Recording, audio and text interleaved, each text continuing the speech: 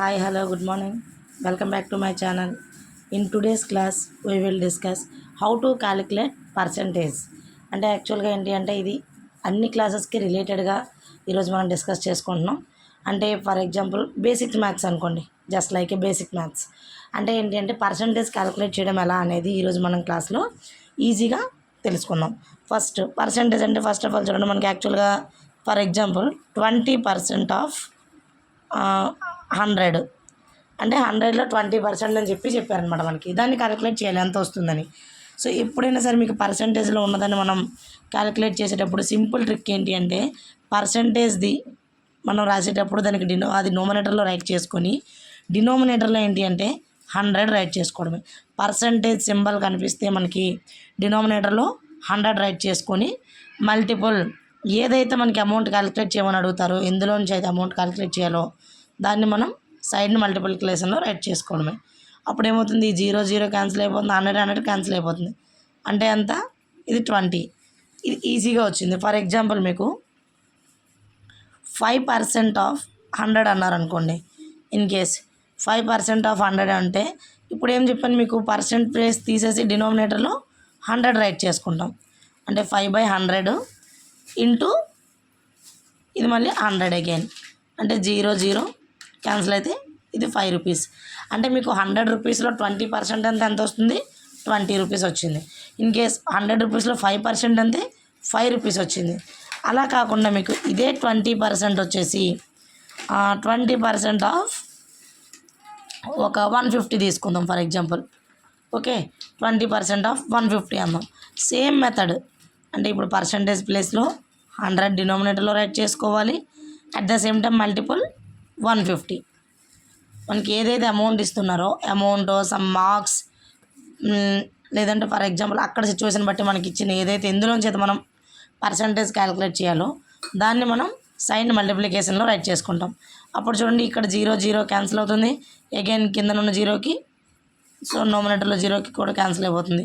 ఇంకా మనకు మిగిలింది ఏంటి, 2 × 15 అంటే 30 రూపీస్ అనమాట. సో ఇదే 5 రూపీస్ని మనం మళ్ళీ తీసుకుందాం. 5% ఆఫ్ ఇక్కడ 150లో తీసుకుందాం. ఎలా వస్తుందో చూడండి ఒకసారి. సేమ్ 5% ఆఫ్ 150 అంటే 5/100 మల్టిపుల్ 150. ఇక్కడ 5 5 0 0 క్యాన్సిల్ అవుతుంది. ఇక్కడ చూడండి, ఇంకో 0 క్యాన్సిల్ అవ్వడానికి లేదు మనకి. అప్పుడు ఏం చేస్తామంటే ఇది 5 1 జా 5 2 జా అంటే 1/2.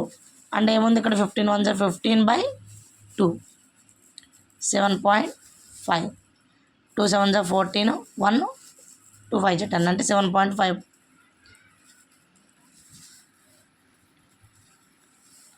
సో ఇదనమాట మనకి పర్సంటేజ్ని ఇచ్చేటప్పుడు క్యాలిక్యులేట్ చేయడం అనేది. సో ఇంకొక చేద్దాం చూడండి ఒకసారి. For example 20% of 800. In case మనం ఎక్కడైనా మాల్స్కి వెళ్ళామనుకోండి, ఆ టైంలో మనకి 20 మీకు ఒక సెట్ తీసుకోవచ్చు లేదా ఒక డ్రెస్ తీసుకునేటప్పుడు దీని కాస్ట్ వచ్చేసి 800 రూపీస్ అండి. బట్ ఇది మీకు ఇప్పుడు 20% ఆఫ్లో నడుస్తుంది అంటారు. సో 20% ఆఫ్లో నడిచేటప్పుడు ఏంటి అంటే మనకి 20% ఎంతో తెలియదు అనుకోండి. ఫర్ ఎగ్జాంపుల్ వాళ్ళు మనల్ని ఈజీగా మోసం చేసే అవకాశం కూడా ఉంటుంది. ఎలా అంటే ఇప్పుడు 20% అంటారు. ఫర్ ఎగ్జాంపుల్ మీకు 750కో 720 730 లేదా 760 ఇలా 750 రౌండ్ ఫిగర్ చేసి చెప్పేస్తారు.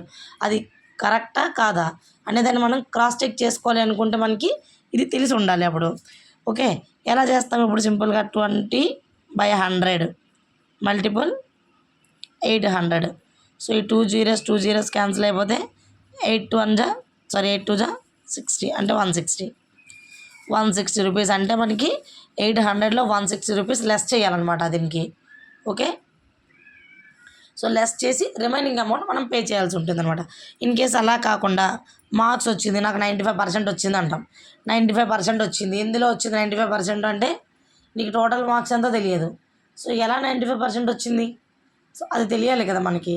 సో 95% వచ్చింది అనుకుందాం. ఫర్ ఎగ్జాంపుల్ 1000 మార్క్స్కి లేదా 100 మార్క్స్కి అనుకుంటే 100 మార్క్స్కి మీ ఇష్టం. అంటే ఇప్పుడు 95/100 అంటే 95% ఆఫ్ 1000 అంటే 1000 మార్క్స్కి నాకు 95% వచ్చింది.